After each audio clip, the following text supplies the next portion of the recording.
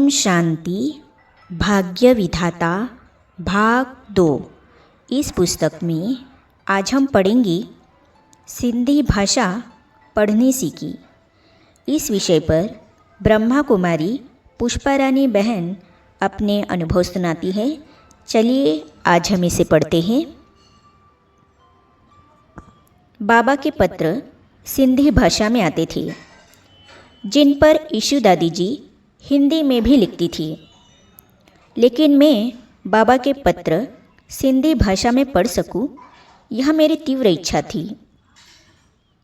मेरे आग्रह से करनाल में गोपी दादी जी ने मुझे सिंधी सिखाना शुरू किया। दृढ़ता के कारण जल्दी ही मैंने सिंधी भाषा पढ़नी सीख ली। फिर तो बाबा के कमल हस्तों से लिखे हुए पत्र पढ़ने से बहुत खुशी मिलती थी।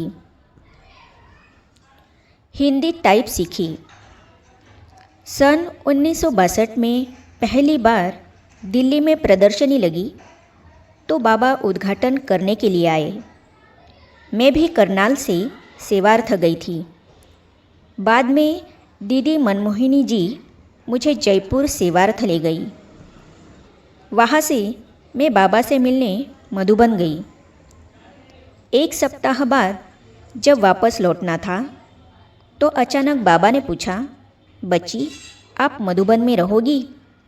मैंने कहा, हाँ जी बाबा। तब मुझे कहा गया कि ईशु दादी बाबा की मुरली को सिंधी में लिखती है, आपको हिंदी में लिखना है। उस समय हाथ से स्टेंसिल काटकर मुरली साइक्लोस्टाइल करते थे।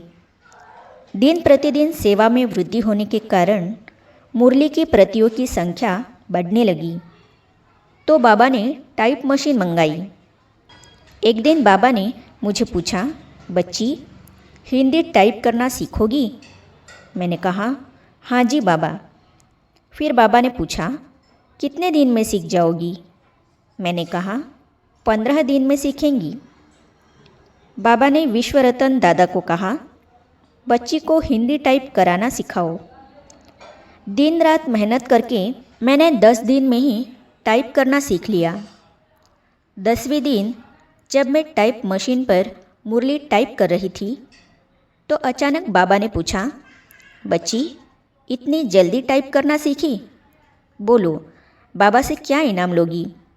मैंने कहा, बाबा आप इतनी बड़ी सतयुगी बादशाही दे रहे हो, यही तो सबसे बड़ा इनाम है।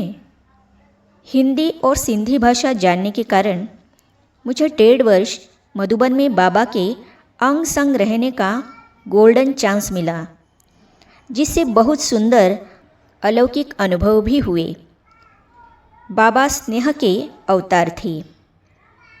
मधुबन में एक दिन मैंने कपड़े धुलाई करके धूप में तार पर सुखाने के लिए डाल दिए थे, लेकिन कपड़े सूखने के बाद उतारना भूल गई। दूसरे दिन सवेरे बाबा ने क्लास में जाते समय वे कपड़े देखे और लच्छू दादी जी को कहा, बच्ची कपड़ों को उतार कर अंदर रखो। मैं क्लास पूरा होते ही कपड़े उतारने गई तो देखा वहाँ कपड़े नहीं थे। मैंने इधर उधर पूछताछ की, लेकिन पता नहीं चला। बाद में बाबा के पास गई और पूछा। बाबा ने बहुत ही स्नेह से कहा, बच्ची आपने कल धुलाई किए हुए वस्त्र सूखने के बाद भी नहीं उतारे। हवा में मिट्टी उड़ती है, वह वस्त्रों पर लगती है। आप देवता बनने वाली आत्माएं क्या मिट्टी वाले वस्त्र पहनोगी?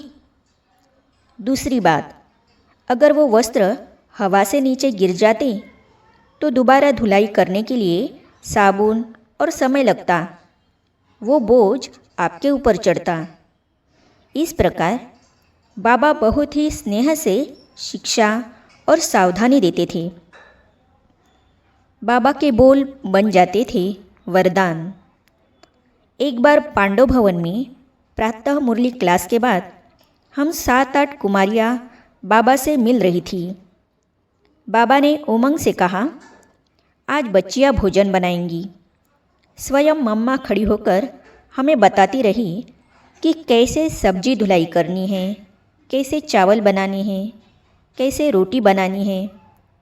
पूरा भोजन बनने तक मम्मा हमारे साथ रही और हम कुमारियों से 250 भाई बहनों का भोजन बनवाया, जिसे मम्मा बाबा ने अपने कमल हस्तों से ब्रह्मावत्सों को खिलाया।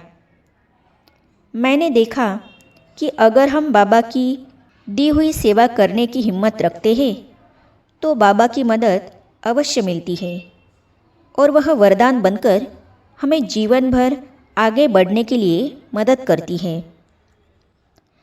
आगे हम पढ़ेंगे दृढ़ता से मिलती है सफलता। इस विषय पर ब्रह्मा कुमारी विमला बहन जी अपने अनुभव सुनाती है, तो इसे हम पढ़ेंगे अगली कड़ी में। तो ये जानने और पढ़ने के लिए इस चैनल को सब्सक्राइब करने के साथ ही साइड में जो बेल आइकॉन है उसे भी क्लिक कीजिए, ताकि आने वाली सभी वीडियो और अब तक की सारी वीडियो आप तक पहुंचती रहेगी। ओम शांति। तेरी याद का अमृत पीते हैं, तेरी याद का अमृत पीते हैं, तेरी याद